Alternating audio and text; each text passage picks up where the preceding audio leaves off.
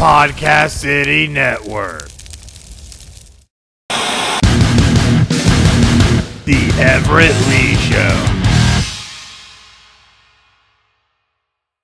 Welcome to the Everett Lee Show. I'm the Everett Lee. Want to give a shout out to everyone that follows me on social media: Facebook, Everett Lee Show; Twitter, @the Everett _Lee; Instagram, Everett Lee; and YouTube, Everett Lee. And of course, we can't forget Podcast City Network, your top source for independent podcasting. Be creative, be yourself. PodcastCity.net. Over on Facebook, Podcast City Network; Twitter, @PodcastCityNet; and Instagram, Podcast City Network. I have a great podcast lined up today. I have none other than waiting in the green room right now.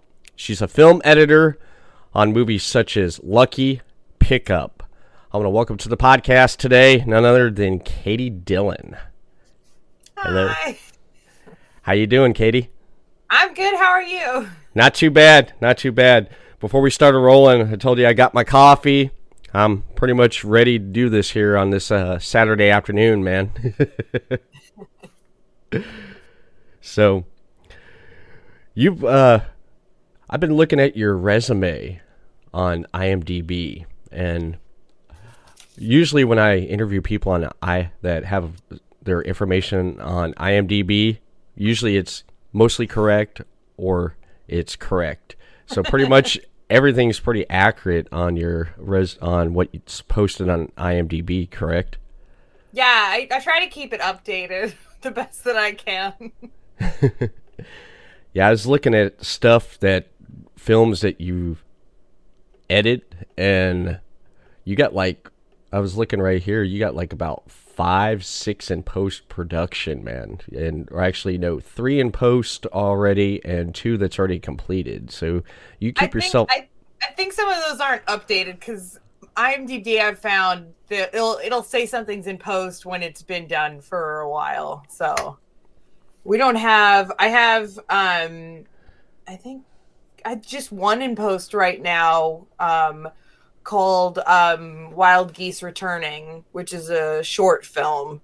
So that's the only one I've got in post. I've got a couple more lined up for the year, but we've completed all the other ones. So nice. Nice. Yeah, I believe it is hard to try to keep up with it and just adding information to it, just keeping it up to date. I mean, that's good that you keep it up to date to let people know what's going on when they do some research and looking at what you've done and what you already got, getting ready to be released out there. That's good. That's a lot of work. Yeah, it's not fun. Especially, I've had people put me on projects I'm not on, which is always fun. So it's like, you got to email them and tell you to take them off. You're like, no, I'm not part of that. Take me off. It's like you don't want to get credit for something. It's like Todd Staruch. I don't know if you know Todd. He worked with Jeremiah on, and I believe on Black Wake. I think he worked with him on that. Or what was his role on the film? He had a small role. I may be thinking of another film, but he was attached to a film he had no part of that won an award at a festival. He put it out there it's funny, he put it out there on social media. He's like, "Hey, I'm winning awards and stuff I'm not even a part of, man. This is great."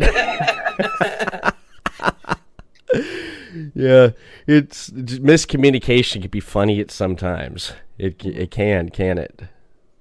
Yeah. Yeah, it certainly can. When I was talking to Jeremiah Kipp, I've known Jeremiah for probably going on and off for about 3 years now, or probably longer. I can't keep track.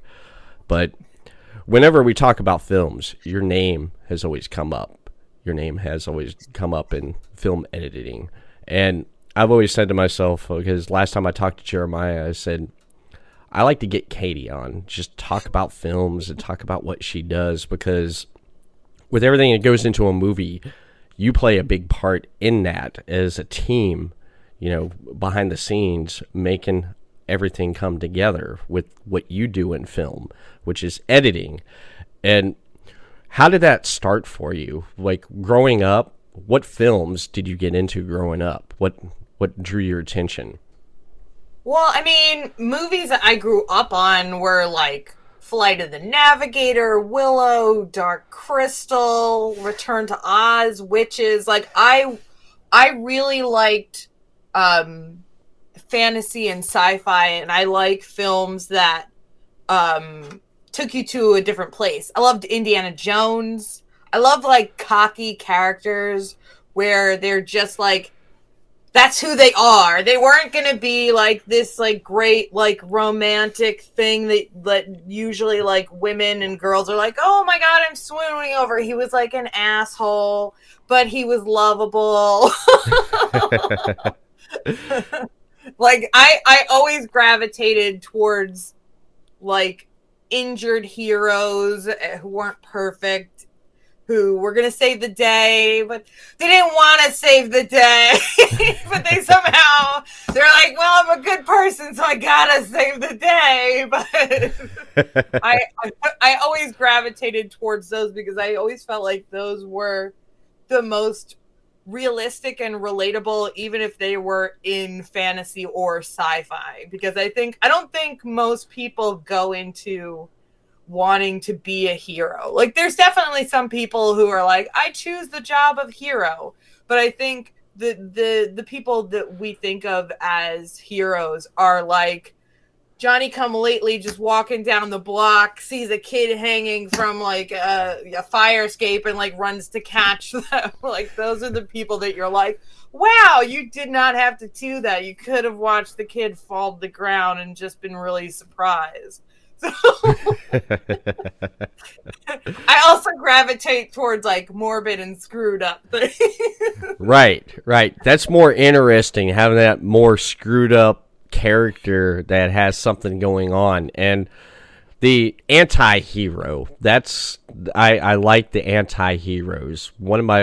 Two of my favorite anti-heroes would have to be Riddick and Frank Castle from the comic books, The Punisher. Those are two of my favorite anti-heroes. And I mean, I'm a Punisher fan, Frank Castle, and it's just, yeah, the anti-hero roles are good. I mean, it's just they got something screwed up with them, but they didn't choose to get into that role. It was thrown upon them. I totally get that. They're more interesting. They have more layers as a character, right? Yeah, plus they're fun to play with too, because like a character like Riddick, I also love Riddick. You can make them treat people badly and people still love them because it's like the core of them is good. Like as a surface person, they're broken and they make bad decisions and they've made lots of bad decisions in their life. And for all purposes, they shouldn't be doing what they're doing. But it's so ingrained in them to do what they're doing that they just can't help it. And so it makes for a very interesting story and character interaction and all that. So it's, Riddick could easily just have left everybody to die, and that's what everybody expected him to do, because why wouldn't he? All he needed to do was get away and then he was free. But instead he stuck around, and even though he didn't want to be there and he treated everybody like crap, he still was like trying to save everybody. So that's way more interesting than, at least for me personally. I know lots of people like Superman, but I was never a fan of Superman. I was like, he's got too much going for him. It's too easy. Like, his only thing is kryptonite. It's not interesting to me. It's like he showed up with everything. Right. I want to see somebody struggle. My favorite thing in a movie is seeing my main character get tortured. Right. Like, one of my favorites is Batman, Bruce Wayne. He has so much torture going on with him, with witnessing his parents' death in front of him and becoming a crime fighter trying to save a city he cares about. And he has everything at his disposal with, being a billionaire, but he still struggles. He has that struggle within, It's being that vigilante. People look at him as good or bad, but there's a lot of depth in that character of Bruce Wayne, you know. And it's just like he puts on the mask of Batman, he becomes that other character, but also all that stuff transcends into that character when he puts on the cape and cowl, becomes, you know, the Dark Knight, which is interesting.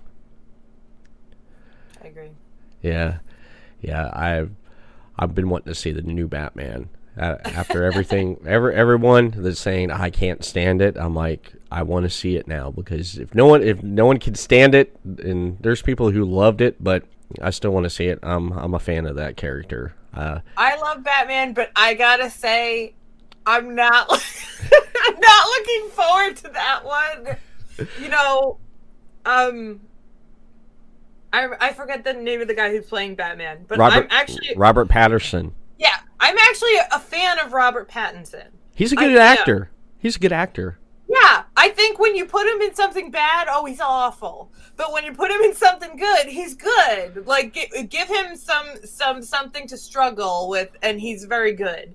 But I saw him in that suit, and I was like, no, this is not the role for you. I'm not looking forward to.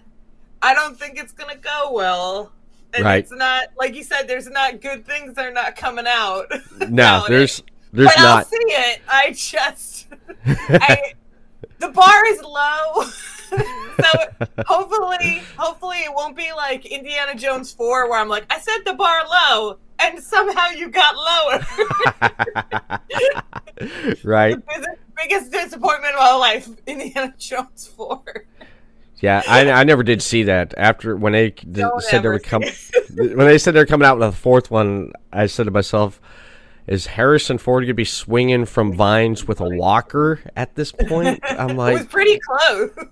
Jeez, I mean, he moved around pretty good in The Force Awakens, but he's getting up there, and he's. I just didn't want to watch it, and some people said, you need to see it. And I'm like, no, I don't. I was good with The Last Crusade. You know, the trilogy done for me right there. A trilogy done. But it ruins you. Don't see it. Okay, I won't see it. You know what's funny about Indiana Jones 4 is there's a lot of problems with it. But my biggest problem, especially being a person who grew up on Indiana Jones and like played it on a loop and like modeled pieces of my life after it, was that for the life of me, I could not understand why they gave him a son. If you were going to force this transition of him to pass on, the hat to somebody because you want to make money, give him a daughter. Because what an amazing dynamic would it be, this man who's been a womanizer, who kind of like is a dick to women, to then have a daughter. I'm like, that just left open so many possibilities where he could be a dick and be the Indiana Jones that we love, and then have to face the fact that he has a daughter throughout the process. And then there's like a lot to prove. There's so much to be done. And then I was like, and I don't understand, like, they gave, like, his son is just like a random guy in the 50s who just kind of sucks. And they're like, yeah, give him a leather jacket. It'll be great to ride a motorcycle. Wonderful. I'm like, why? Like, make a real archaeologist. Make him have a daughter who's a real archaeologist, and then she meets her father, who's basically a tomb robber. I feel like the script writes itself at that point. Pretty much. Like they missed all these opportunities. Right. For tension and just lots of things to happen. And I was just like, I got monkeys and swinging trees. And like I got aliens. I don't even know how we ended up with aliens. Yeah, it's like it. And then also, like, if you ever read any previous scripts to that, because they were saying they were going to have a sequel to that for a really long time, There were amazing scripts. There were scripts where they were thinking that they were going to have Kevin Costner be his brother, and it was going to be set in like the Cold War. There were amazing scripts that came out, and that was the one they landed on. It's beyond me how that Movie happened. studio. Movie studio, man. You know how movie studios, big movie studios work. I mean, the perfect example was Zack Snyder's Justice League. They cut into that, and then I enjoyed the Snyder cut better than the Warner Brothers cut. Man, there was so much more that gave to that film than what was cut. Man, it's just the production cut of that was a mess. It was an absolute mess. It just, nothing made sense. No. And it looked like it was all thrown together really quick. And it was just like, no, it needs to be this short. No, and at least with the Snyder cut, there was, even if you didn't like it, it had a purpose. It had a place it was going. There was a pacing to it. At least it seemed like someone was in charge of it and had a vision for it. Versus the other one, it was just like a clusterfuck. Yeah, dumpster fire. Yeah. Dumpster fire. That's the way I looked at it. I didn't like how Steppenwolf was done in the cut, and he reminded me of the tree thing from the Two Towers. That's what he reminded me of. Every time I see him when he talked, I thought of Lord of the Rings. I was waiting for some hobbits to jump over his shoulders. I told someone that I like the Snyder version of that better. Yeah, Snyder cut was so much better. It was so much better. But with liking those characters, those anti-heroes and the messed up characters, what did you go to college or film school for getting into editing? What made you decide that I want to go in and be a film editor? What made you decide that? So I went to college. When I was younger, I loved the X-Files. I was obsessed with it. Just like I bought like a little cross I wore like I was Scully. I was obsessed. I thought I wanted to be cop for a really long time, and then I realized that maybe I just wanted to make something like this.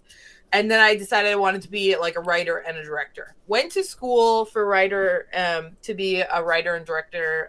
Took screenwriting classes. Tried to take directing classes. Hated the directing teacher. So I majored in cinematography because I liked the cinematography teacher. I felt like he was teaching me more about directing than cinematography. A director, right? And while I was doing all that, I had made the decision that if I was going to be a director, I should at least understand all of the departments. So I took internships in all different departments. I took internships in like props and set dressing.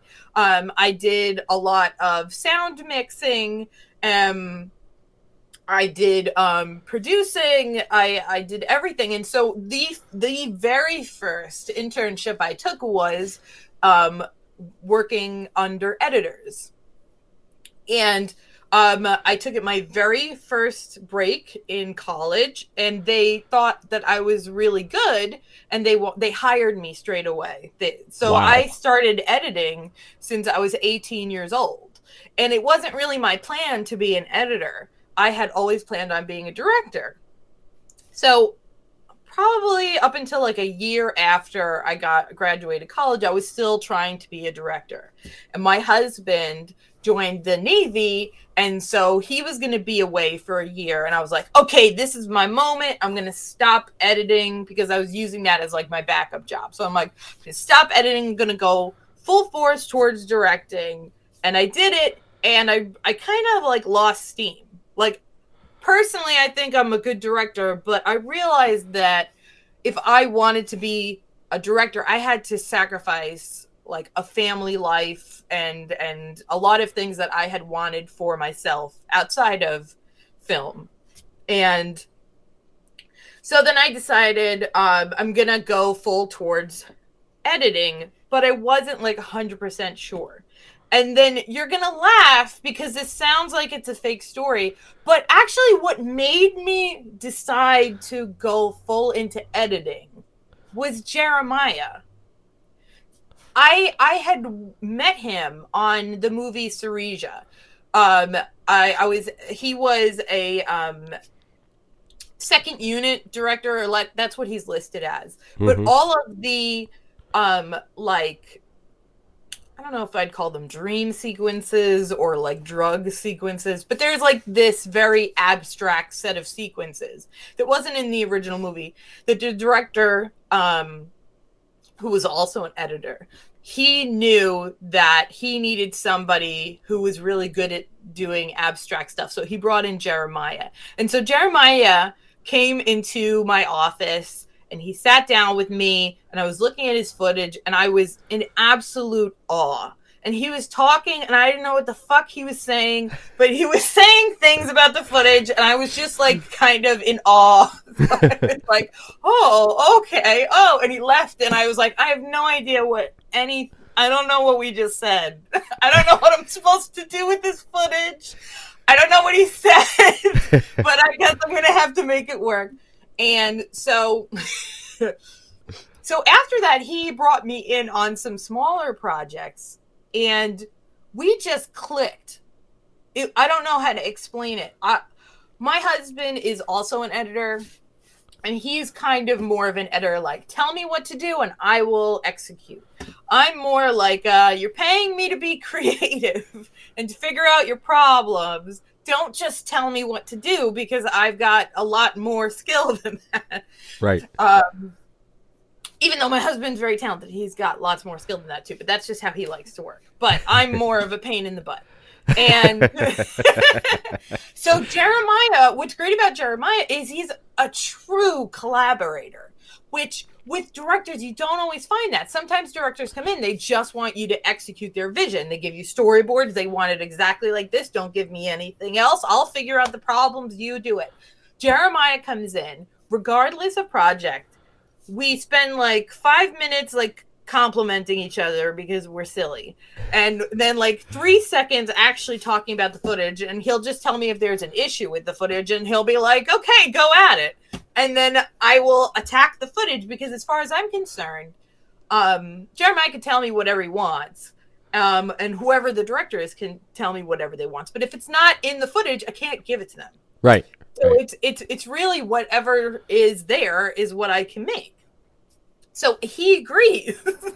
And so I will give him something. And it might be something exactly like what he imagined, or it might be something he never imagined in a million years. And then we'll go forward from there. And it's just a beautiful collaborative experience because if I tell him, yo, we don't have this, or I can't do this, or the reason I did this was because of this, he goes, okay, I understand and I trust you.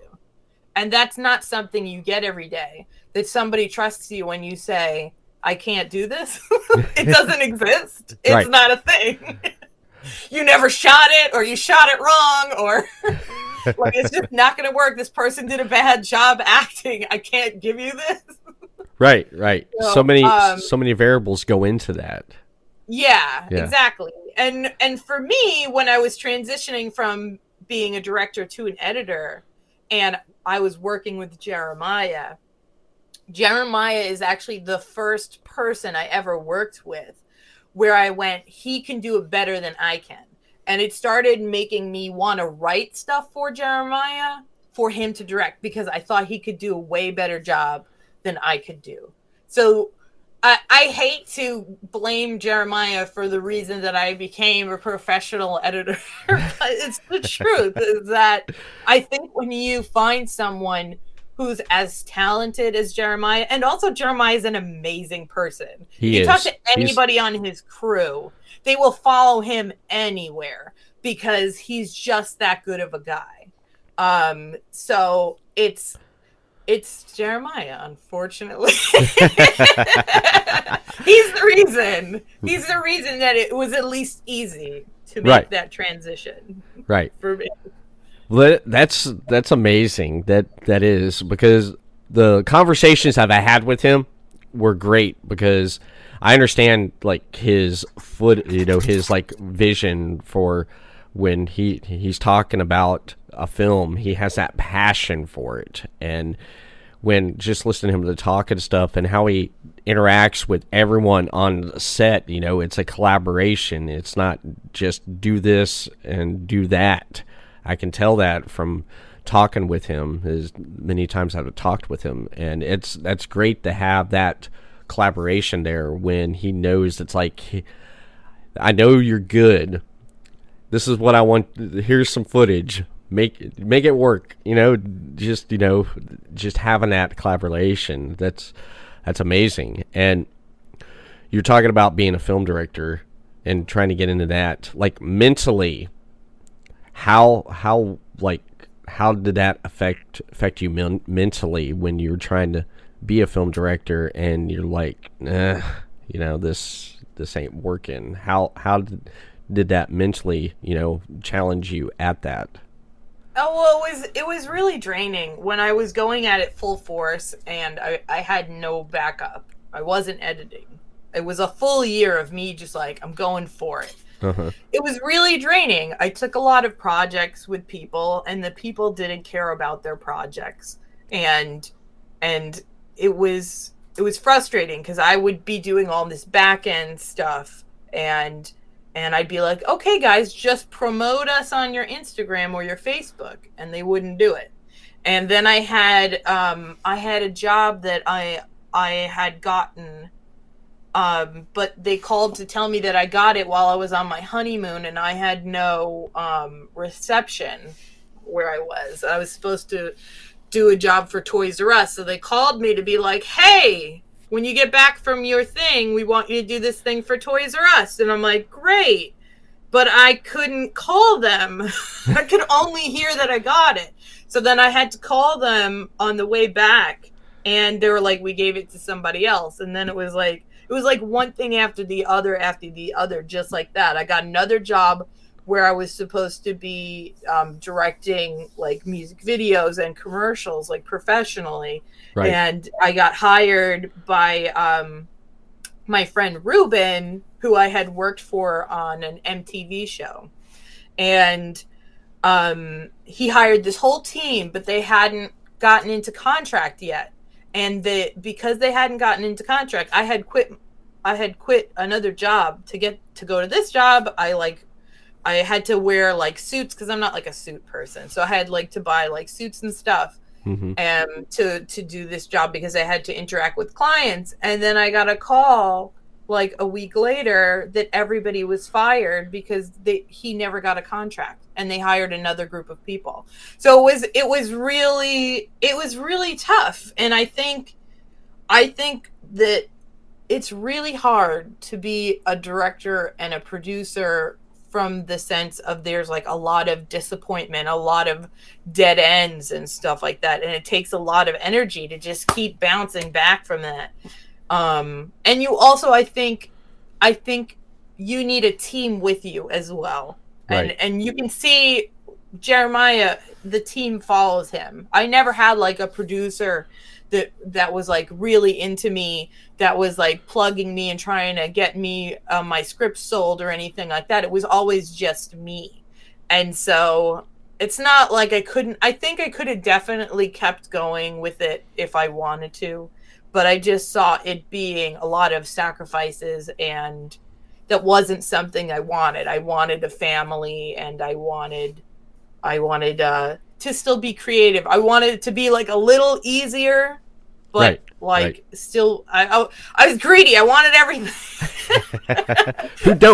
Who don't, man? You have goals. Everyone has goals and dreams and what they want, what to do. And you had your goals set. This is what I wanted to do, but it didn't turn out like this. And you fell back on editing.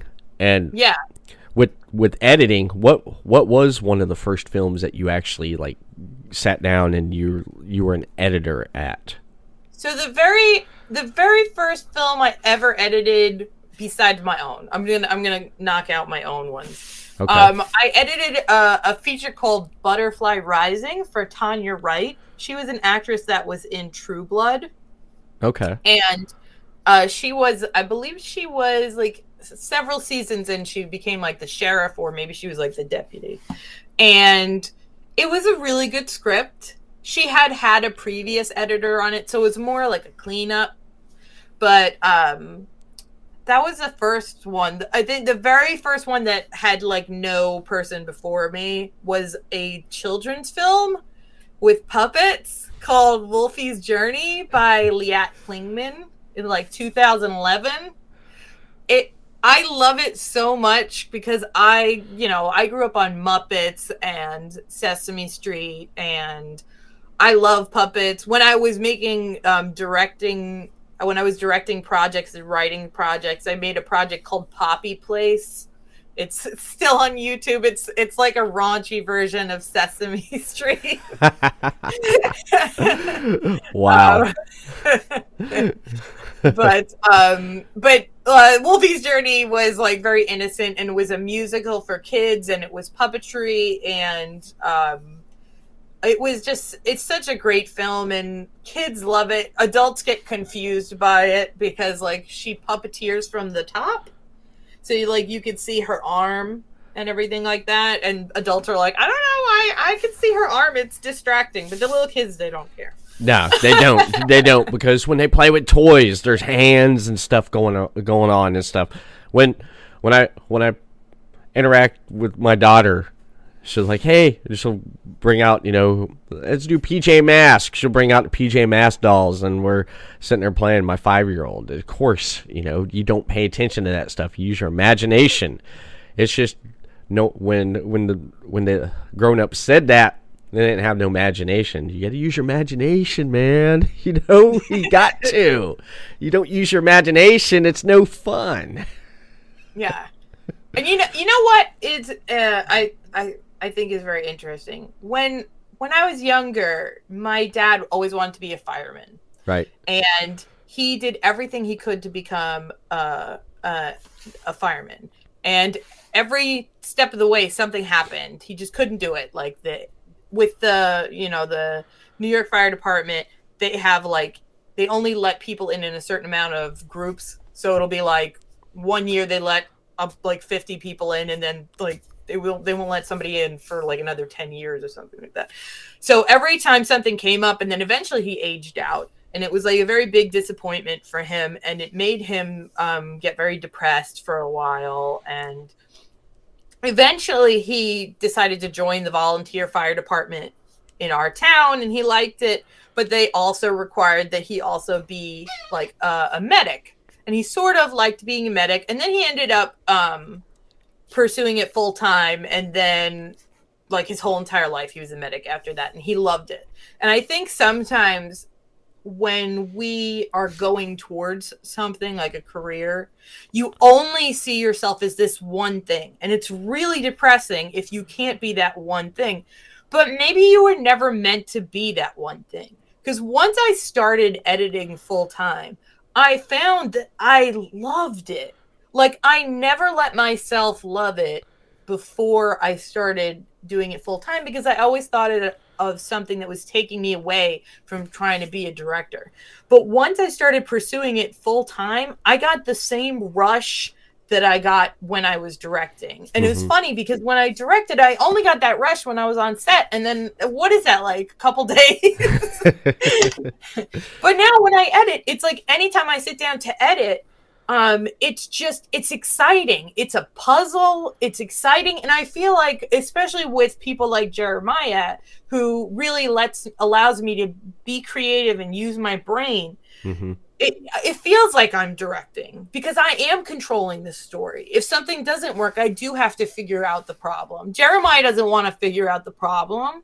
No director wants to sit there and go, okay, we fucked up. How do we fix this? Right. But for me, I'm sitting there going, okay, this is not working, but what can I do? Oh, wait, I can take this one scene and turn it into 3 scenes, and I'll put it here and here. Oh, wait, this scene isn't working. That was originally meant for the beginning. I know, I'll chop it like this, and it turns from a scene where he's trying to flirt with the girl to a scene in the like end of the movie where he's disappointed and kind of like mildly stalking her. Like, there's so much control that you have in editing if you have the brain power to use it, and you can fix so many problems. And I've had so many people be like, maybe we should reshoot. I'm like, give me a day to figure this out. Maybe we don't need to be reshooting. Maybe we just need to be a little more creative with how we're going about this. Right. I had the privilege last year from January 2021 to September of 2021 with being a production for a wrestling company in Lakeland, Florida, CFWE, Championship Family Wrestling Entertainment. I showed up at the shows. We did a show once a month. I showed up at the shows. I set up the cameras. I set up a hard cam facing the ring. I had one guy. Usually it's a different guy. Sometimes I was lucky if it was the same guy who was the roaming cam, shot outside, moved outside the ring there. And he would shoot people coming in and then have the hard cam just sitting right there, and it never moved. And then as the match goes on, the roaming cam guy, and he had an earpiece, and I was directing him, like, go in here. They're on the mat. Zoom in. So I've recorded and shot a whole, show. So after it was done, I take that footage and I brought it back to the house, and right here on my computer, I edited it. I put it together. And the funny thing is, I'm sitting here, like, as the 9 months went on, you could see how the evolution of how each event was better, different from the last, because I didn't know what the hell I was doing. So I sat down, and it was probably around the third, or it was the fourth show, and I'm sitting here and I'm like, how am I going to do this now? I got a pretty good setup now. So like, how am I going to edit this? I want it to not look like this or that. I want it to be different.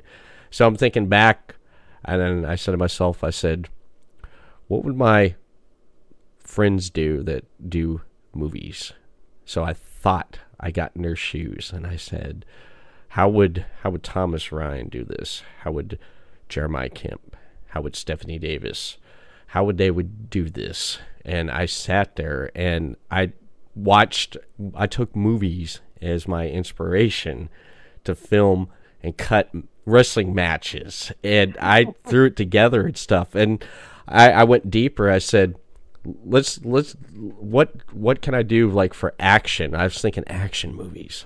So I went back to, like, one of my favorite martial artists of all time, Bruce Lee. I loved how they cut those fight scenes, because I remember how good they are. He's always defensive. They come running at him, and then they cut, and he's kicking someone's ass, and then all of a sudden they cut, and then you got the people running in the room, and he's like, wow, just being Bruce Lee.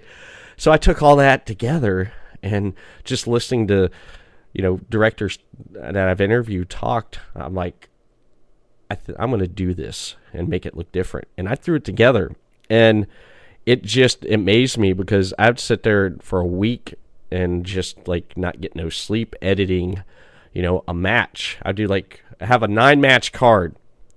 I'd sit there, do 1 or 2 matches a day, and then have it all together and throw it in. It was just a process, and I really started enjoying it. I'm like, this is fun, just sitting here editing this, because then when we throw the stuff out there, the event, the hour, 30 minutes or 2-hour event, people watch it and they're like, whoa, that's different from what it was when I seen it live. It's just like, wow, no one ever seen anything edited like that. Like, I'd have a far shot, and it'd come in, lock up, boom, hard cam, roam cam. And then when they throw a move or a big move, I'd go wide and then close for, like, close-up stuff.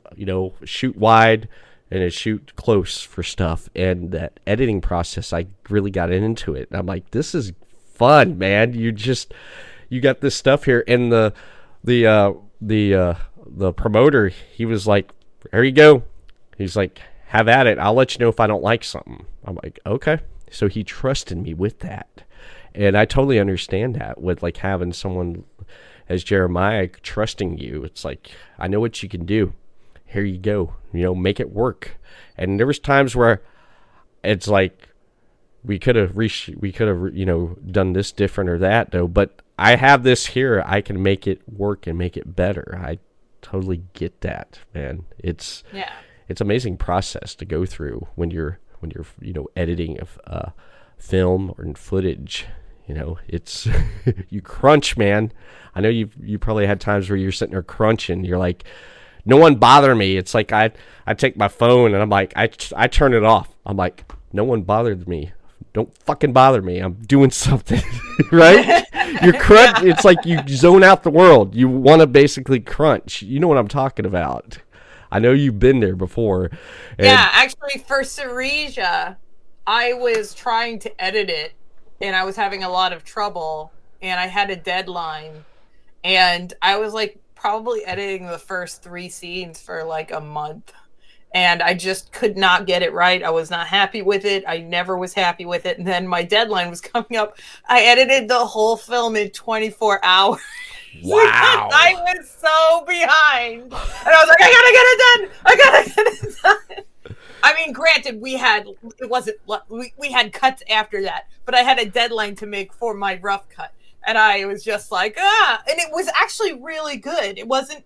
I think I was too much in my own head because it was still early in when I was editing features, so I was very self-conscious and not completely confident in the decisions that I was making.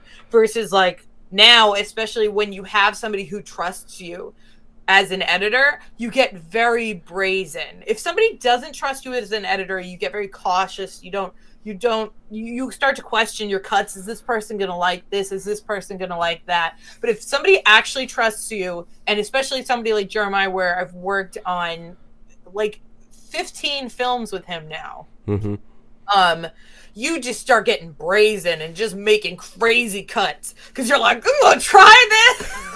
If it sucks, then he'll tell me and he'll be like, you're crazy. Why did you do that? But I'm like, no, I'm gonna try it. I'm gonna take this whole scene that was in the end. I'm gonna bring it to the beginning. Why? Because I can. you start being like, I can make it stronger. I can make it better. Like it's the Bicentennial Man. No, I know they wrote it like this, but now has he ever come to you and like, Katie, what the fuck, man? Has he ever done that? One time I was editing something. Most times he's like really excited about it. But there was one time where I made something and we were not in the same headspace on it, clearly, and he was trying real hard to be nice about it. But he was like, he saw the cut and he was like,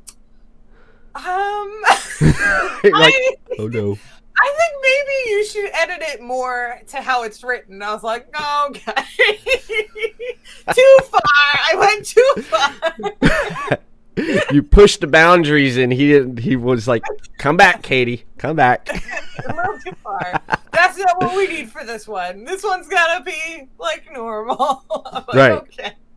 Right. I hear you. You let me play a lot. You let me go crazy a lot. So it's like, when someone like Jeremiah tells you to pull it back, you're like, I respect that. I respect it. Right. That's amazing. That is amazing. Since we're on the topic of Jeremiah, I want to talk about Slapface. Yeah. A few weeks ago, I got Jeremiah back on the podcast, and I had his lead on there, Mike Manning. I had both of them on at the same time, which was great. I mean, you probably seen the edit cut because when we did that, Mike's internet kept cutting in and out. And I did. I saw it. I edited that the best I can, man, because Mike after it was over, Mike's like, "Please edit it." I was like, "I gotcha." I gotcha. And I've done that a lot on my podcast, just trying to find that when the technology don't work sometimes for us. It don't. And I found a way around it because I made it to get, put it right together, and it turned out great because a lot of people downloaded and listened to it. So that's good.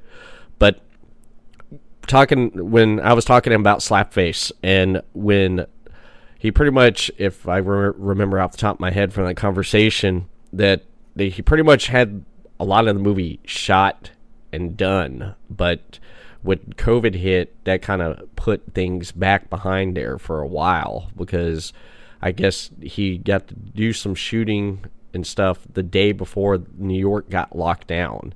And during that time, like, from his point of view, telling me what went on with that film. Now, since you edited the movie and stuff during lockdown and stuff with everything that went on in 2020, how did that affect you? And that gave you pretty much a lot of time, I'd say, to go through that film and edit it, right? I mean, did you have a lot of downtime, I expected, during 2020, didn't you? Actually, I'm probably one of the few people who had less downtime. Really?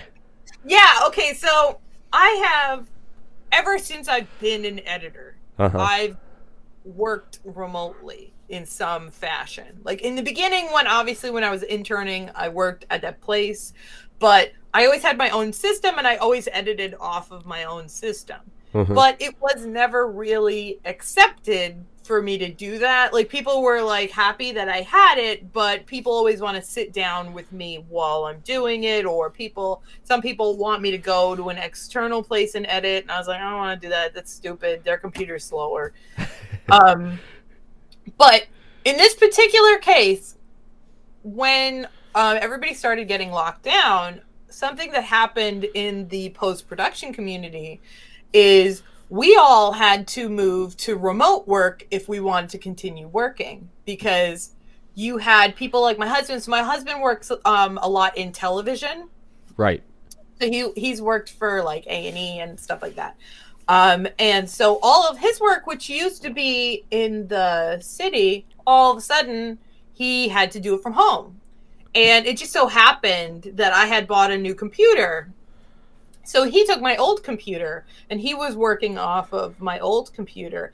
And because now you could only work remotely, there was a flood of work coming in for people who had their own computers and who are already set up to work remotely. So while other people, unfortunately, were having issues where they were like, I don't know if I'm going to be able to work again or something like that, I was actually running into the situation where I was having more opportunities. I hate to put it like that, but there were more job openings for people who could work remotely. Right. So my husband had more job opportunities. I had more job opportunities. Although I just had my child a year before Slapface started. Oh, so congratulations. Oh, thank you. It was my second child. Okay. I tend to line them up and just keep editing through like I didn't have them. I had a film called Broken Badges that I edited for Jeremiah. I gave birth and then 2 weeks later started editing the film. Wow. There are pictures of me with my baby like next to me, and I have video from Slapface with my she was like two and a half at the time. My daughter sitting with me and editing and watching scenes from Slapface, because I'm like you. You've got a Goonies shirt on. I literally was like, should I wear my Goonies shirt or should I wear? I had a bunch of 80s shirts that I was like, should I wear these? I was like, or should I just wear something neutral? I'm like that right before I do a show. I'm looking around for shirts to wear because I have a Batman shirt I just wear around the house all the time. So when I do podcast, I was like, what shirt am I going to wear? I was like, Goonies. Threw it right on. I picked up my Sandlot shirt and I'm like, Dirty, like Goonies. I was between this and Mighty Ducks, but I went with this. I love the Mighty Ducks, man. That would have been awesome. I love the Mighty Ducks too. They have a new Mighty Ducks on Disney Plus, and I hate it, and I'm so angry at it, but I won't go in. Go in detail about it. Demonized the Mighty Ducks. How could you do that? It's the Mighty Ducks. Exactly. How could you do that? How could you demonize the V? But that sounds like something else.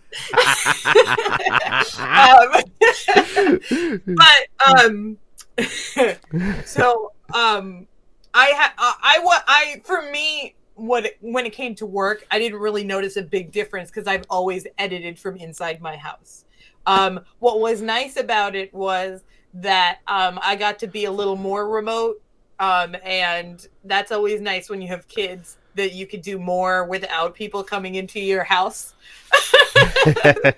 So like if we would have been doing this and it wasn't the pandemic, like Mike would have come to my house and a couple of other producers would have come to my house. Like Jeremiah comes to my house all the time, so that's not a problem. He's coming over and we're chilling all the time. But when other people come, it freaks the kids out sometimes, freaks the dogs out. So it's always nice to avoid that. And it's funny, the longer that me and Jeremiah work together, the less we see each other. But the closer we get. Somehow, right. I don't know how that's possible. It's like, I haven't seen you in a year and a half. Let's grab lunch and then talk about ourselves and how awesome we are. But I will say that with Slapface, what was interesting was because I raised my kids on the same thing I grew up on, they watch a lot of really messed up stuff. So, like, my daughter was, like, watching witches, since she was born. That movie is screwed up and scary. Like, those women have square feet. And, like, they're trying to feed children chocolate and, like, kill them and, like, turn them into mice and, like, all these messed up things. And, like, Dark Crystal, when they take, like, the essence out of the little podlings, it's scary. Like, I literally, when I watched that with my daughter when she was like barely able to talk, and I'm watching the whole thing and I'm like, okay, the essence scene, I will cover your eyes because it still freaks me out as an adult, that scene. Right. But like, so she's very I don't want to use the word desensitized, but she is used to seeing messed up stuff. So it's funny, I took a video of when I was editing Slapface. There's a part that's in the trailer where the kid gets picked up by Virago and then it runs away with him. Yeah. And I showed that to my daughter and I recorded it and she gets so excited and she's like yelling at the boy. She's like, go home, go home, go home. And then it picks him up and she's like smiling, but she's also like, oh no. So she loves the movie. I don't show her the end of the movie because I was like, that's a little too dark for a 3-year-old. Yeah, but that end is pretty. Ending is pretty brutal there. That's pretty rough there. The way that movie ends there, and that's it. It's a great movie. I've been waiting. I was waiting for like 2 years because the conversations I had with Jeremiah, he always brought up Slapface. He always brought it up and talking about getting it out. And then when the pandemic hit, I was like, man. And then I've been waiting for it. And then when he finally announced that it's coming out on Shudder, and it's exclusive on Shudder, I was like, about time this movie's coming out. So I sat down right before I interviewed both Jeremiah and Mike. I sat down and I watched it and I took notes. I don't know what I did with my notepad here. I think this is it. I probably still have some notes on there. Actually, no, that's my wife's. We got the same notepad. Sometimes I write all over her stuff. She writes all over mine, and she's like, "You're writing on my notepad." I'm like, "How can I tell? It's the same thing." But I sat down and watched it, and I had my notepad there, and I started taking notes. And that opening scene was great. I loved how that was cut together, that opening scene of the movie. And then when the credits, rolled, and pretty much what I said to Jeremiah, the beginning of the movie explained what the movie was about. There's movies like that if you watch the beginning of a movie, it already sets up what the whole movie's going to be. Like, I hate to say it, perfect example of a movie setting up the whole movie was Frozen. The song. Seriously. My daughter has just recently been torturing me with that movie, so I know exactly that movie. I know it's funny. I expected you to laugh because I was like, should I say this? I'm going to say it. Fuck it. Because if you listen to the song, it sets up the whole movie, what the whole movie's about. At the beginning of that song, when the Icemen are cutting ice and singing, they're like, "Oh, this is the whole movie." All the other adults watching this who don't have kids, they're like, "What the hell are they talking about?" Well, grab some kids, watch Frozen, listen to the song. You'll catch it. If you don't catch it the first time, watch it again twice if you can. I legit was trying to keep that movie from my daughter. And then she saw it at her cousin's house and became obsessed. So I was like, okay, I'm not going to show her the second one, though. Yeah. And then we're at like a family gathering, and my sister drops that there was a second one, and my daughter looks at me, and she's like, you told me it was the only movie. So angry, and she like put her hands on her hips. And yeah, that look, my daughter's done that. Yeah, my daughter's done that before to me. Daddy, I was like, what are you talking about? But there's a Frozen too. What? How long have you known? How have you kept this from me? But I loved how everything was put together for that the opening of the movie there. And I'm writing down notes. I'm writing who's the music composer. I was like, okay, who's the editor? Katie Dillion. All right, Katie Dillion. So watching that movie, I also watch it with my experience from editing, wrestling, using everything I learned from talking with film directors and stuff. So I watched how the movie was cut too. That was cut brilliantly. It was great. It was great because there was never a dull moment where stuff would be happening and the way it was cut back and forth and stuff. And about how long did it take you to cut the movie to do that? How long did it take for you to do that? We had planned to do it, I think it was like in 2 or 3 months, and we went a little longer. And part of the reason was, me and Jeremiah were in a different mindset than the rest of the producers. So I had cut the film, and I thought we were making Pan's Labyrinth kind of feel. Right. And so I was like, yeah, Pan's Labyrinth. Yeah, I'm so excited. Pan's Labyrinth. Pan's Labyrinth. Every cut was like, I'm Pan's Labyrinth. Cut Pan's Labyrinth. So I gave it to them, and they're like, what's this? No way. And I was like, it's like Pan's Labyrinth.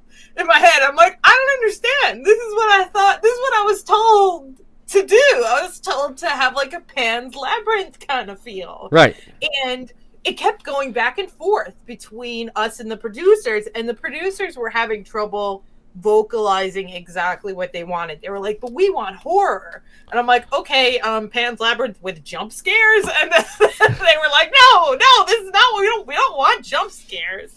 And I'm like, I don't understand. And so we were going back and forth. And me and Jeremiah kept feeling like we were in a good place with the cut. And the producers were like, no. And it reached a point where I received an email. It was like, the producers are really angry. No way. And I was like, I don't understand what they want. So then somebody, I think it was Artisha, sent an email. It might have been Mike, or it might have been Artisha, or both of them, and they were like, look, we are looking for an eerie, slow-moving horror, sort of like HBO's The Outsider. And I was like, okay.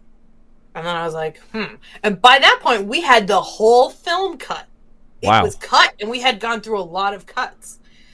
And honestly, it's funny because Slapface is like one of the proudest projects, if not the proudest project I've worked on to date.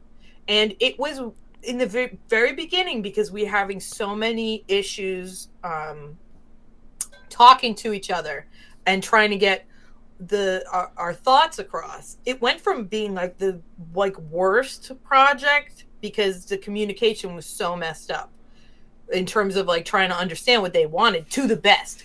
Right. Once we made that jump and I figured out exactly what they wanted, then it was like smooth sailing. Once somebody said The Outsider, I went and I had watched The Outsider.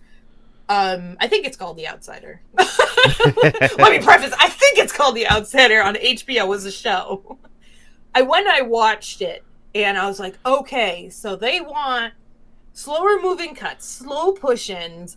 They want eerie. I'm going to use the Outsider music as a temp track versus I was using like the temp track was like Annabelle. And I went through and I completely changed every single cut. And I put in all these slow pushes where you're like, I can't tell if you're pushing unless I look in the corner of the screen. And I was like, just eerie. It needs to be eerie and simple. And once I did that, then it was like, oh my God, this is exactly what we're looking for. Yes, this is perfect. I love it. Oh my God. I'm like, oh thank God. Because I thought I was like, what did I do? I made a horrible film. And then everybody was really happy. And then our second hurdle was, if you read the script for Slapface, it's very different than what the final product is. For instance, you're talking about how you loved how the beginning of the movie was executed. That scene is actually a scene that's like 3 or 4 scenes in. We took that scene and we cut it in half. And it's actually shots from the scene where he's in the living room slapping his brother later. We took it and I used the different angles to make it look like it was different shots. Mm-hmm. And one of the reasons why I had cropped it into a box like that was so that your brain wouldn't make the connection that it was the same thing. And so I kept making, if you make different small changes to a shot, like the composition or something like that, or sometimes you can flip a shot, your brain doesn't know that it's the same thing in the same day.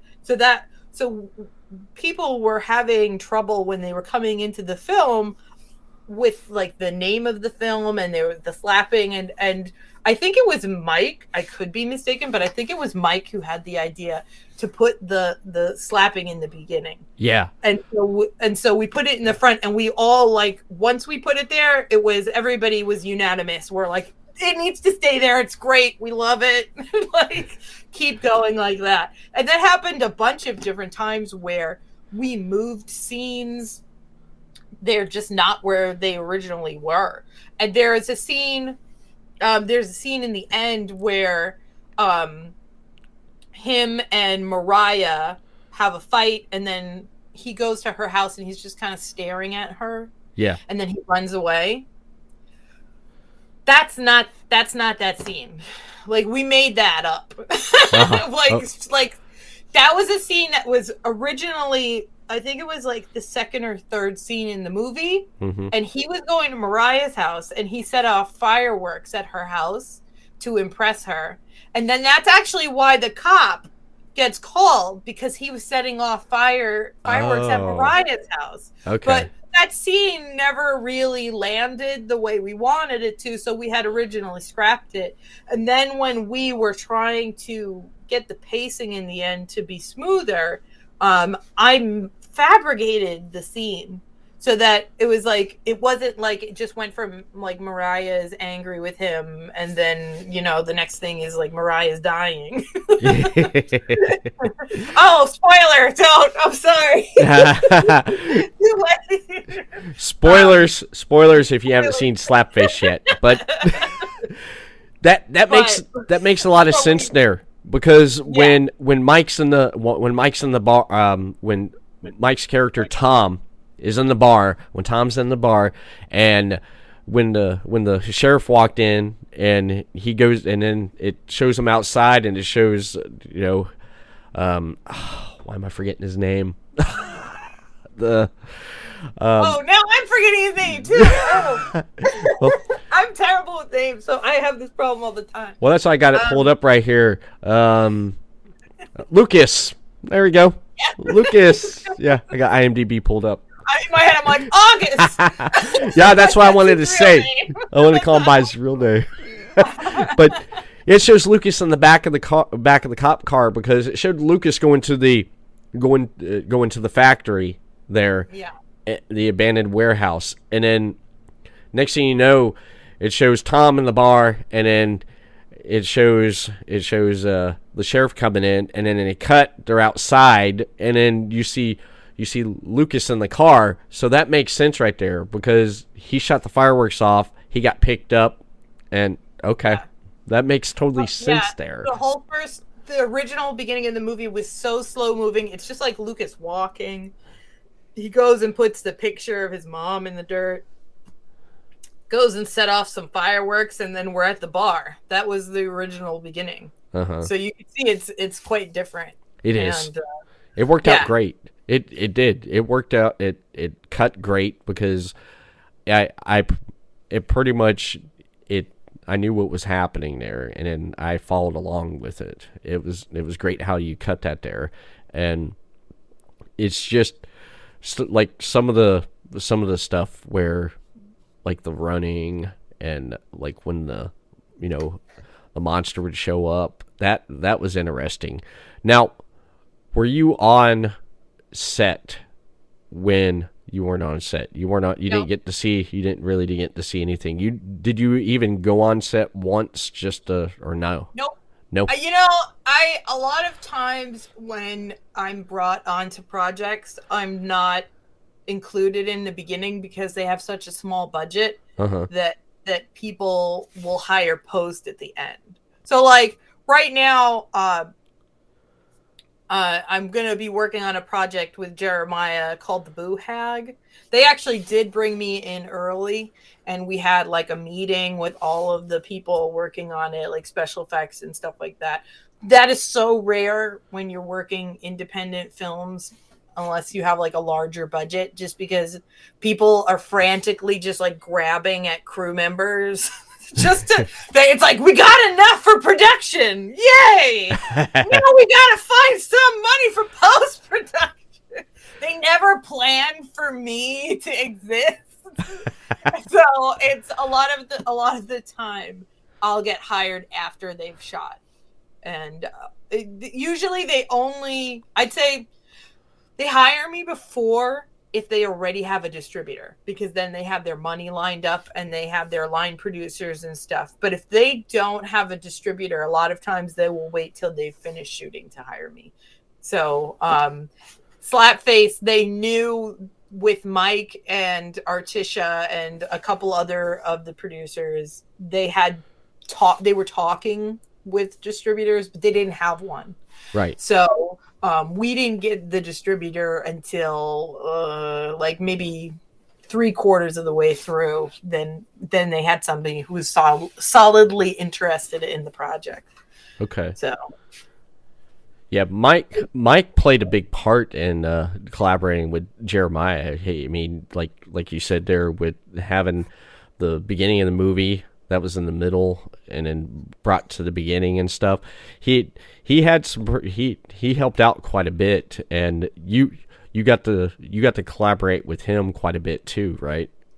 Oh yeah, well he was very integral when we were editing all this, and I gotta say that when you're working with producers, a lot of times they have no idea what they're talking about in terms of editing. And with Mike, his suggestions were always good. They were always good, and they made sense, and they were solid. Right. And that's so rare. I can't tell you how surprised I was with Mike. I've worked with so many actors who are working as producers as well, or as writers, and they don't know where to stop or start, and sometimes they go too far or not far enough, and it's like they don't know what the role is as a producer. And I thought that Mike was just so good, and it was so refreshing how good he was. He was better than, I'd say, like 99% of the producers I've worked with, which is funny because I was talking to him after the film was over, because I was making the materials for it to go to Shudder.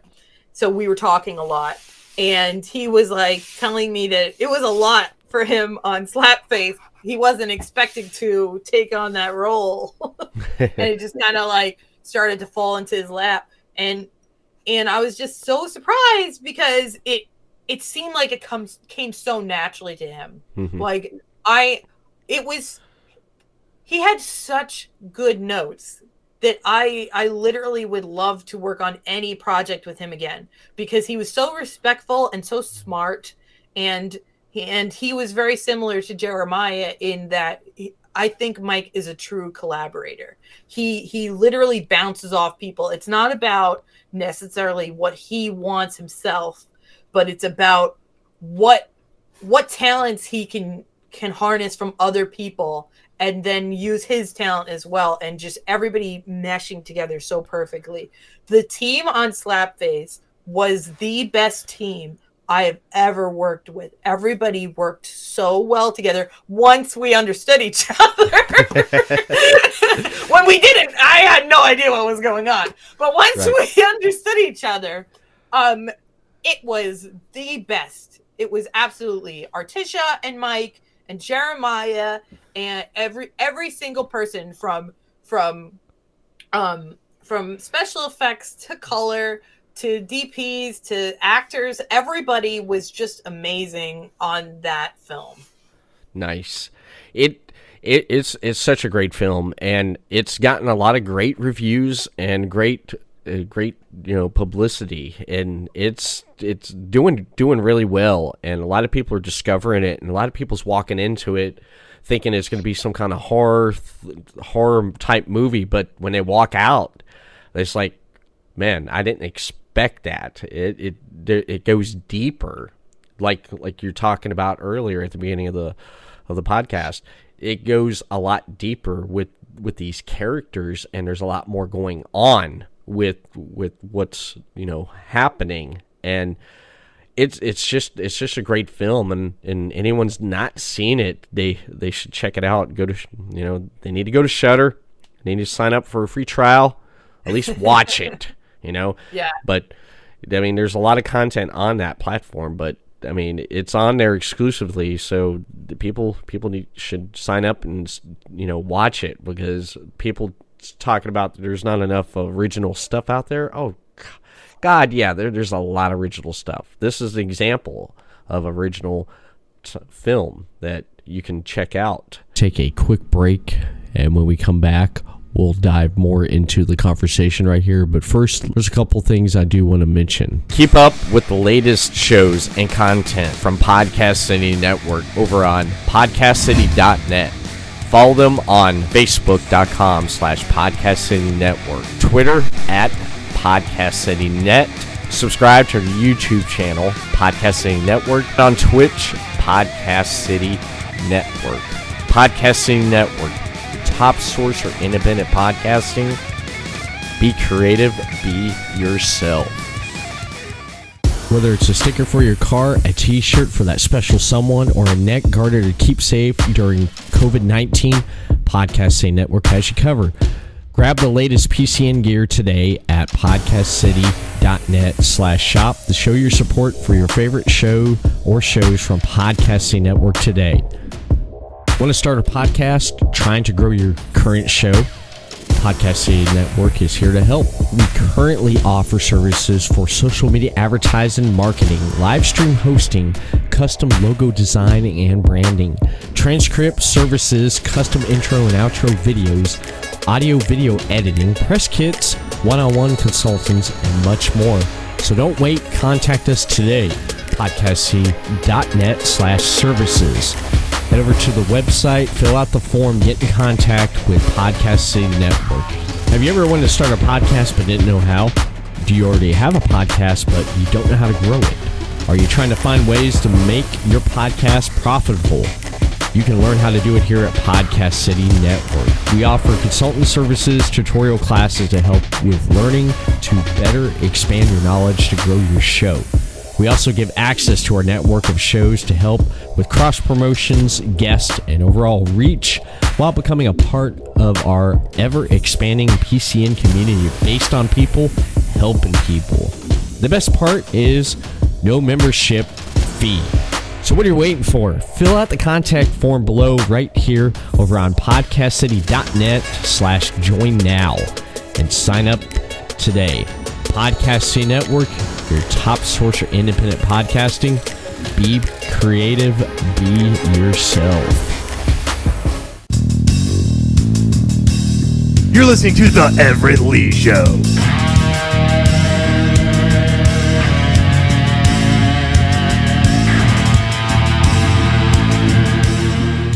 Watching it from an editor's point of view and then watching the final product of what you just did, because when I edit matches for wrestling, I'm watching it, as I edit it.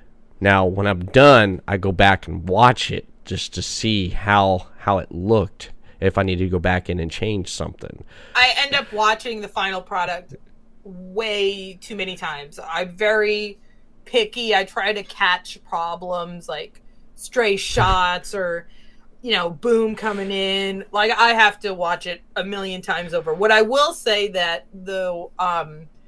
when I receive the files back from color and sound, I'll go play it on my TV. It's very different when I play it on my computer screen because, like, my brain's, it's like, this is work. And so it sees it like it's work. But once I put it on the television, it feels like a movie then, especially when you have all the sound effects and the music and everything. Because I'm not working with those when I'm editing it. I've got temp tracks and I've got free sound effects from the internet that sound terrible, or like doorbells and cell phones, and all of the mix is really loud or really low and stuff like that. So when I get to see it all together, I always feel like when it comes back from a mix, it really just feels like a movie. Uh-huh. And there's a little bit of a disconnect because then I get to kind of sit in awe of the other department and stop looking at it like it's something that I made and look at it like it's something that somebody else made. Okay. And I had an interesting experience on this particular film because I have a friend who is thinking of moving into the film business. And so she sat down with me and she saw me edit this project from the beginning to the end. And I even consulted her a couple times when I ran into a couple problems. I sat her down, like, what do you think of this? This seems confusing to me, but maybe it's just me. And so she got to see the whole process go through. So it was very interesting because, my husband's an editor. So we talk like editors all the time. And, my kids see me editing all the time, obviously, and I bring them in and I let them watch it and stuff like that. But she's a normal, everyday person who's thinking about coming into the business. And so I got to really see this film through her eyes, and it was very interesting to just see her get excited by the changes that were made. And then she got to see the final cut on the television. She was just like blown away. She was just like, oh my God, it's so good. Oh my God. And she was like, and the bullying, and oh my God. And it's just, oh, it's so good. I'm like, oh, that's good. I'm glad you like it. It's like hard not to be like, oh yeah. You just have to be like, I'm glad. Yeah. Like, pull it down, Katie. Don't be that excited about it. So, wow. I don't know if that answers your question. It does. I do technically have to watch the film. Okay. Especially because since I have to bring it to Shudder as well, I have to watch it a million times over because it has to go through QC and stuff like that. So they'll come back and they'll all be like, "There's a little shadow here that is not supposed to be there, and this is it's a little too black on this one shot, so you got to bring the blacks down." So like, those are the boring parts of my job. Right. Well, I learned something new because I was totally clueless about, I just learned yeah. Thank you. And I'm glad I made you laugh there. Because, hey, I'm being honest. I haven't laughed that hard in a long time. hey, someone that's clueless about, don't know too much about film editing, only just based off of what he's heard in conversations and everything. That's pretty good. Right? Yeah. I mean, I'll take it back. I'll pull my laugh back a little bit because I'm working in independent film.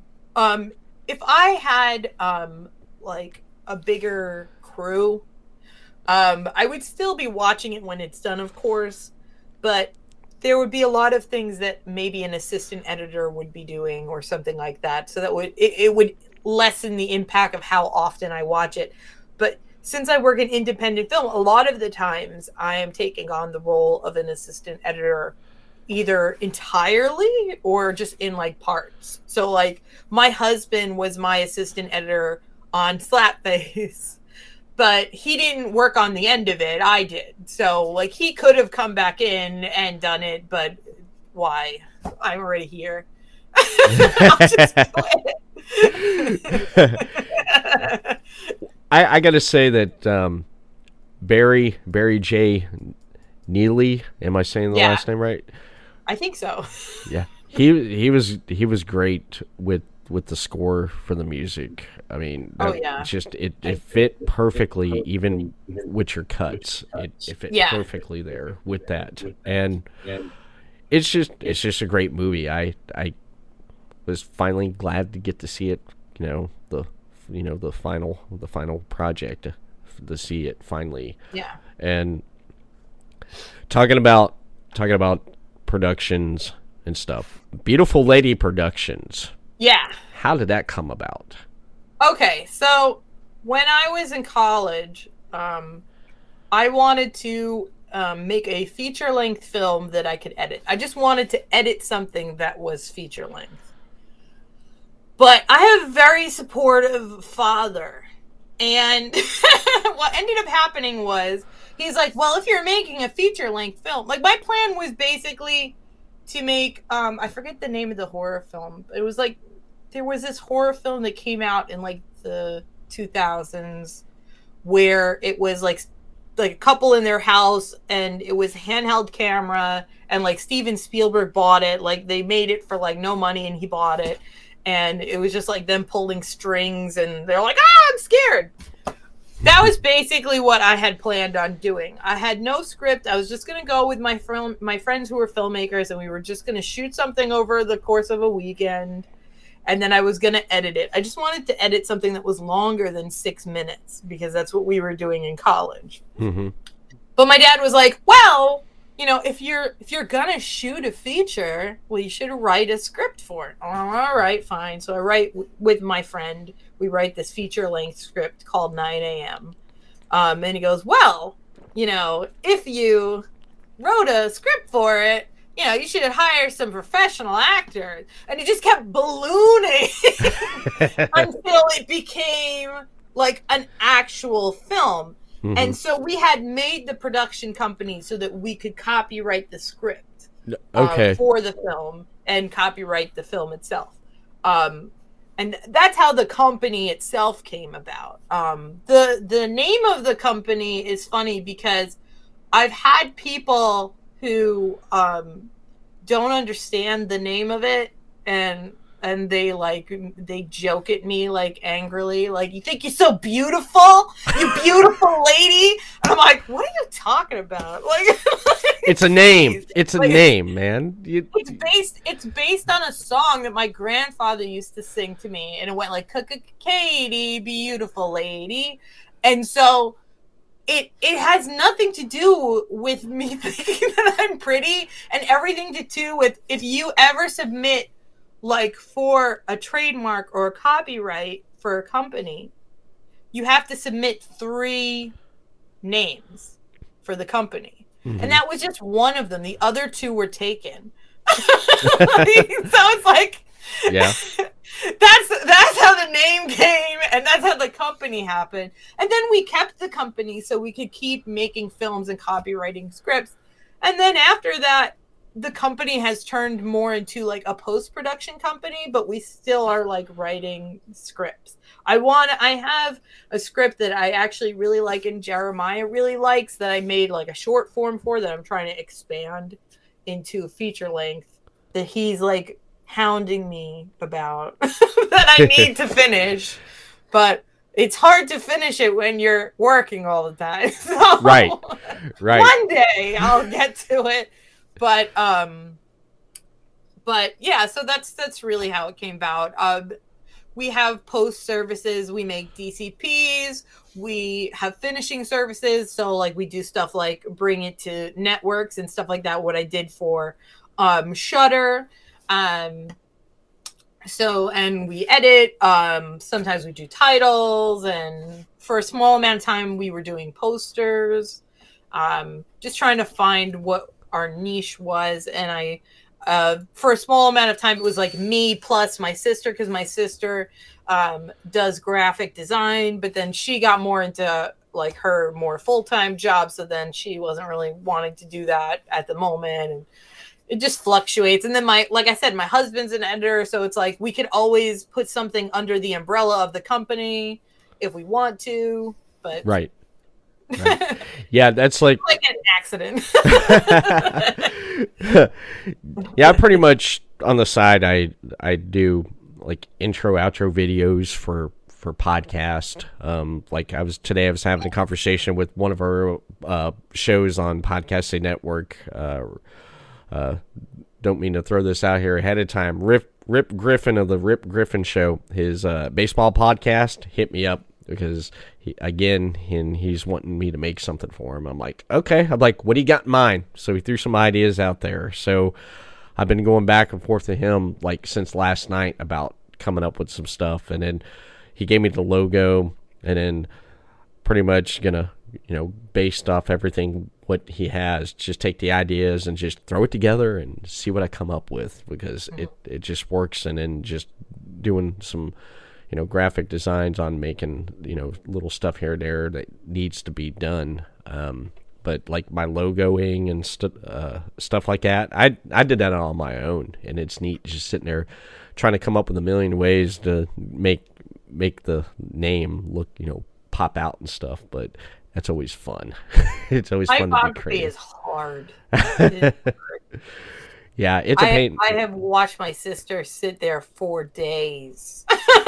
Yeah, trying to just make words exciting. It's a pain in. It can be a pain in the ass, especially when I get the task of tackling wrestling posters, because you got to cut, you got to make PNG files, you got to like blot out the backgrounds, and just it's a pain in the ass though. But once you get it all together, then you present it. And then you get the word on, yeah, that's great, let's put it out. Or, nah, they're too bunched up. Lettering's bunched up. The social media is bunched up. You got to go back, and you got to, I learned the hard way. Save the hard file. Yeah. Don't just like create something, save it, and get rid of the hard file. It's like, let's error. There you go. And you're like, yeah, that's good. And no, it sucks. Go back and redo it again. It's like, fuck. Now I gotta start from the scrap board, drawing board.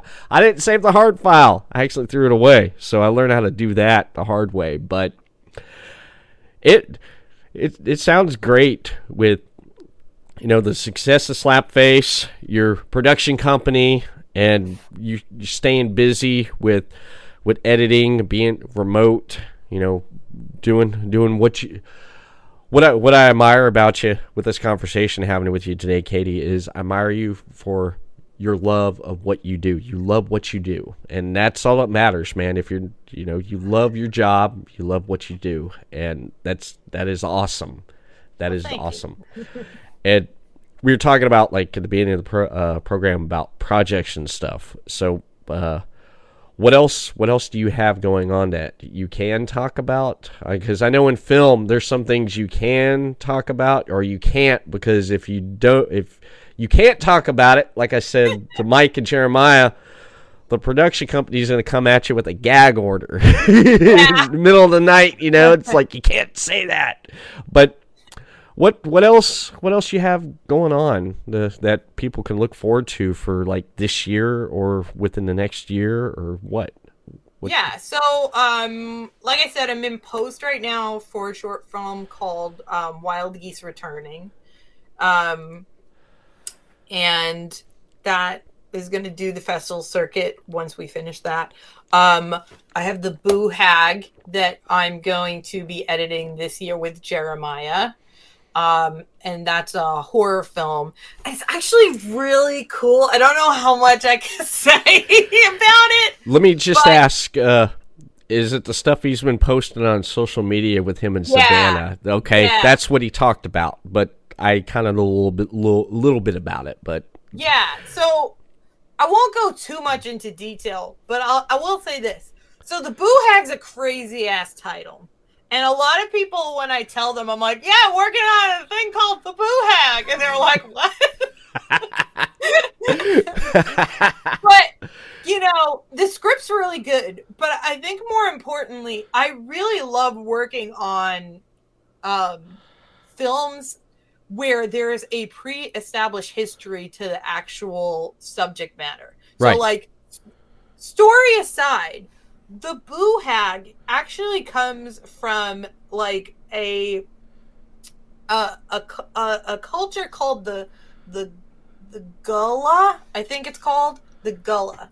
It's a culture that's in the South and in Georgia specifically, and it's the Boo Hag in this mythology of it is they're like vampires, but instead of sucking blood, they pull the soul or, like, the essence of a person through their mouth. Oh yeah.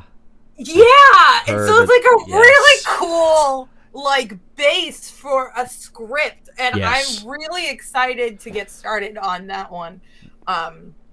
So, but like you said, they're in the process of shooting that right now. He's been posting stuff about it. Yeah, I've been seeing.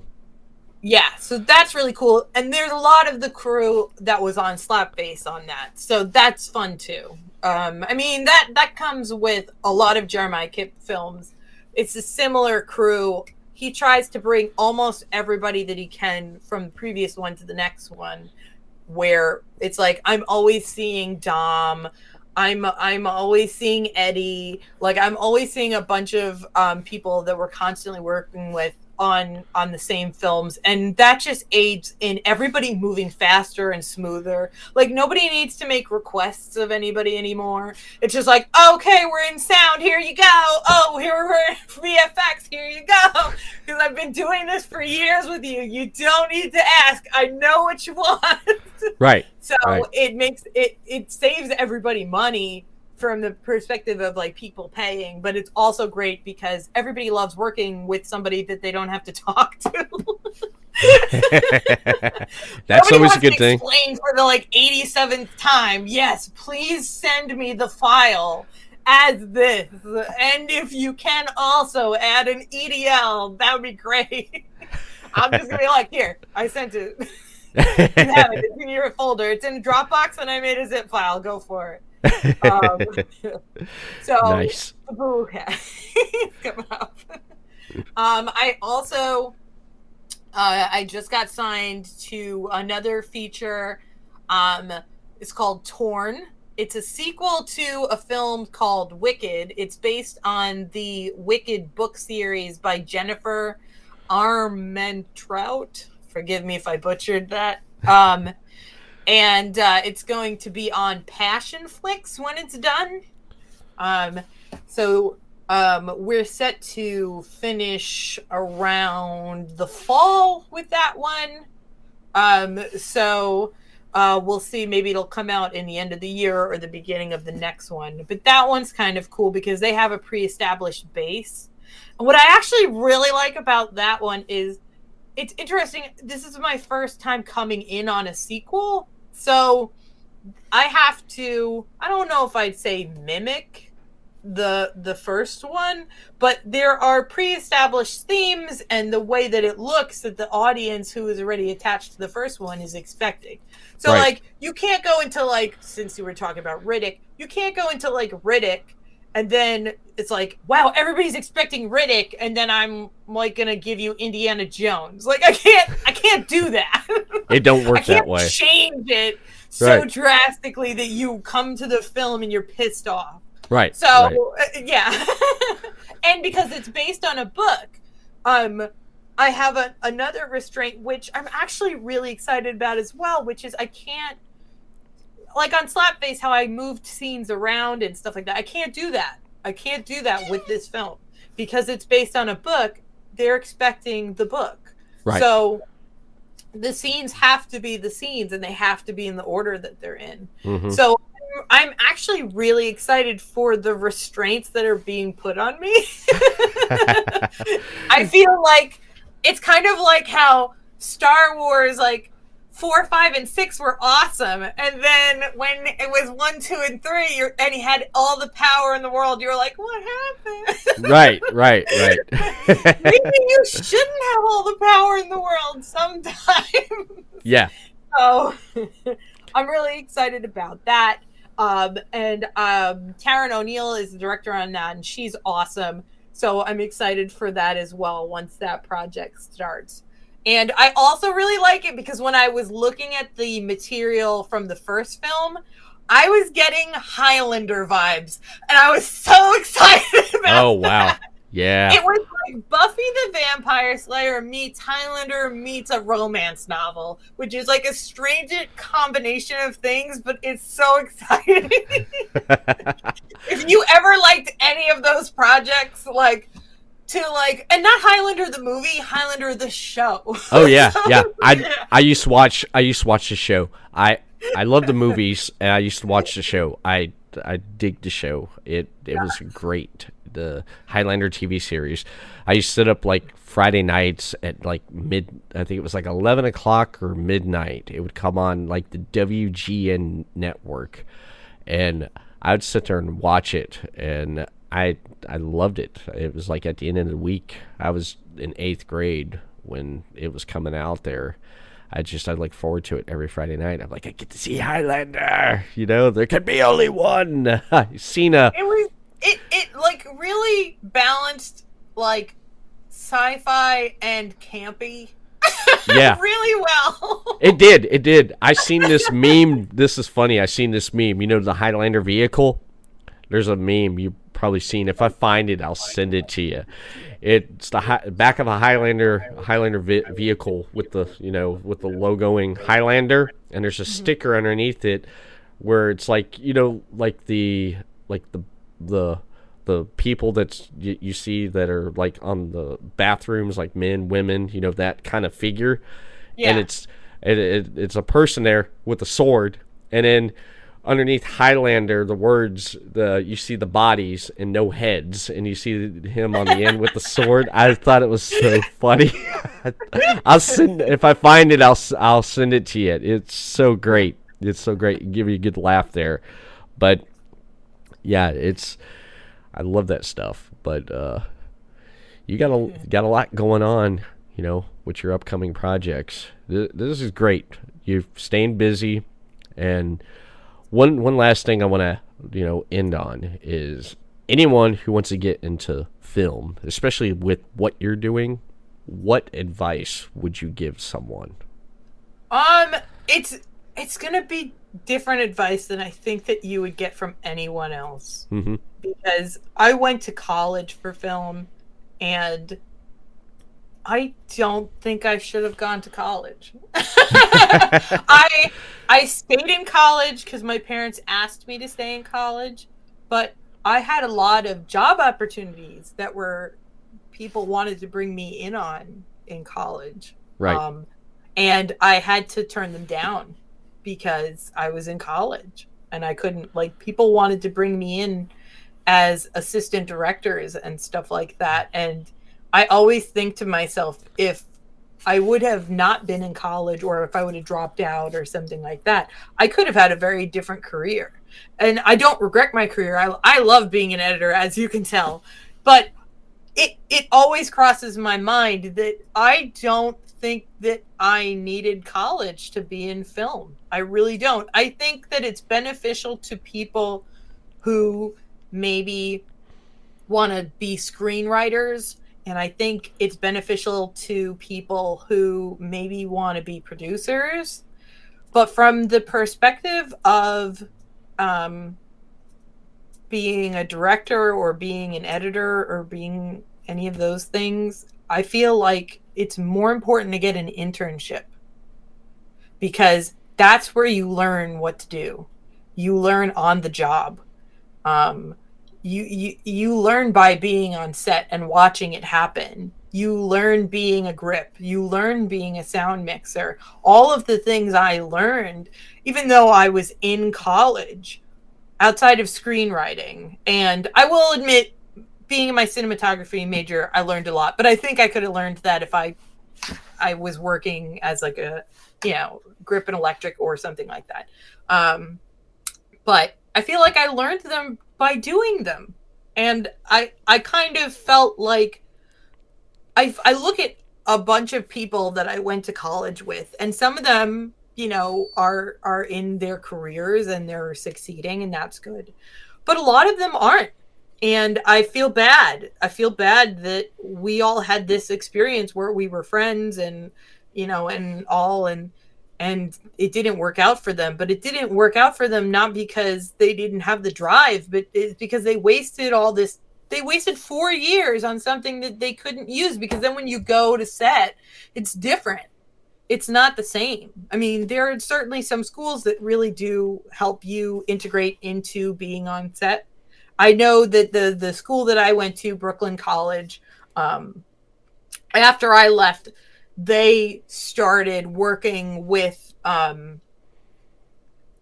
sets and getting the students onto live sets and studios.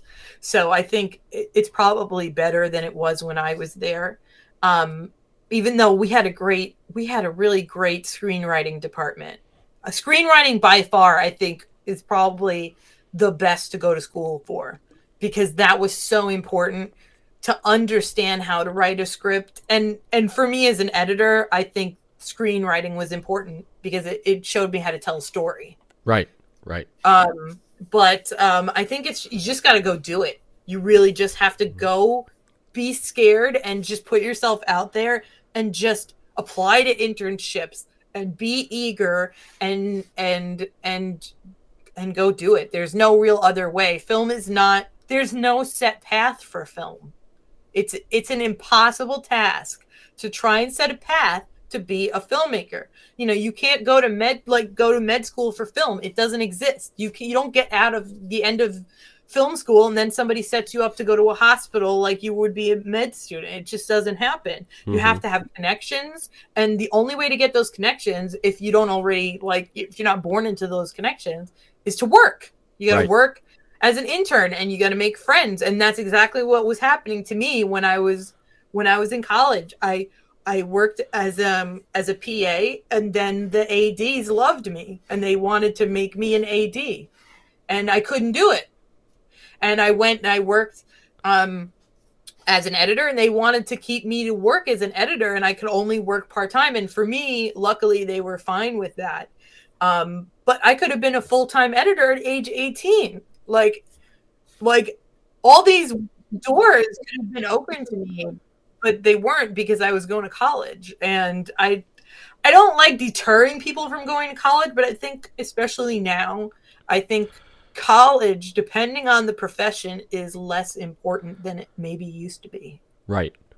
So I think it's in our business specifically, it's about experience. So I think the most important thing you could do is go out there and get experience. And if you want to be an editor, then put yourself out there on like websites like Mandy, because Mandy doesn't like get the most professional people in the world. If Mandy's even still a website anymore. It was a website when I was younger. But like put yourself out there and let people know that you want to edit their student films, and then, you know, start racking up the credits.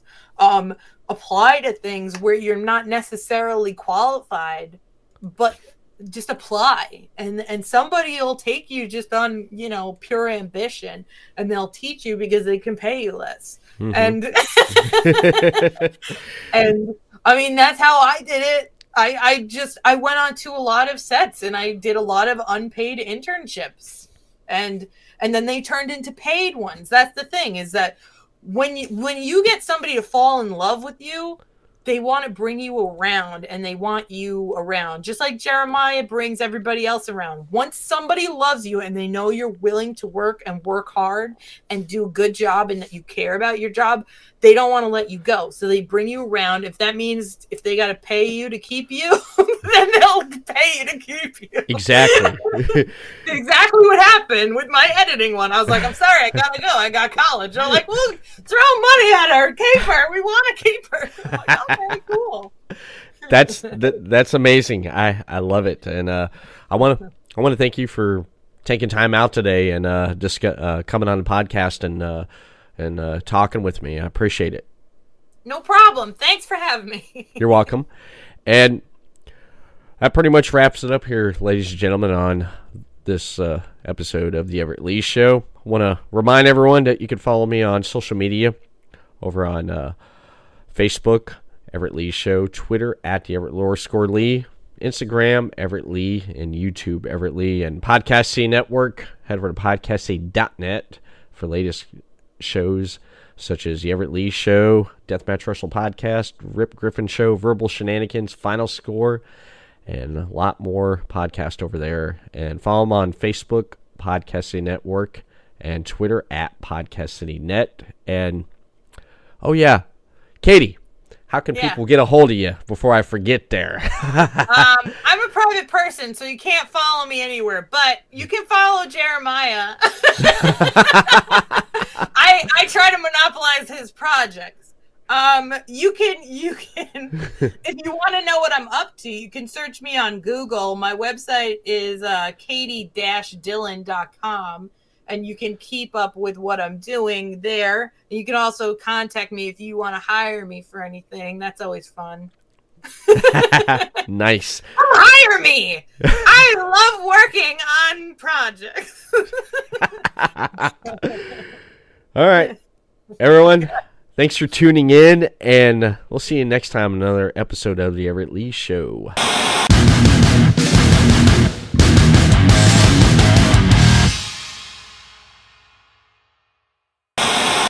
Now, I did ask Mike this, and I'm going to ask you the same question I asked Mike. Okay. Did you watch the completed version of the film that you edited? Did you sit back? I had to. I mean, what kind of question is that for me? I mean, how would I not watch the completed film? I'm the editor. Well, I'm just throwing it out there. I know. I'm glad I made you laugh. You know, it's just a question. Because, just, like, did you sit back? I'm glad I made you laugh, Katie. Well, it's just like, how could I not watch it? I'm the editor. I have to. I mean, yeah. It's part of my job description. Let me just say this, Katie. You're the first film editor that I had on my podcast. So Yeah. this, I'm trending new ground. I'm glad I made you laugh because I do that with people. But what I mean is, you watching it from. Let me rephrase the question.